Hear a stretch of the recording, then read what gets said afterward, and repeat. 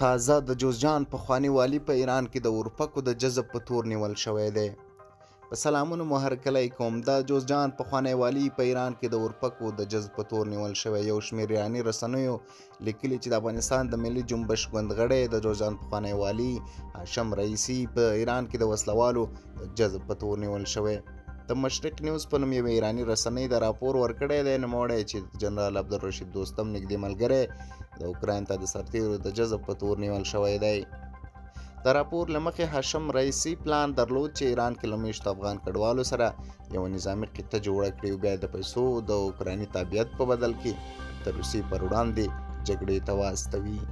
د راپورونو له مخې د ایراني چارواکو نوموړی له کور څه باندې $3 لک هم ضبط کړي دي.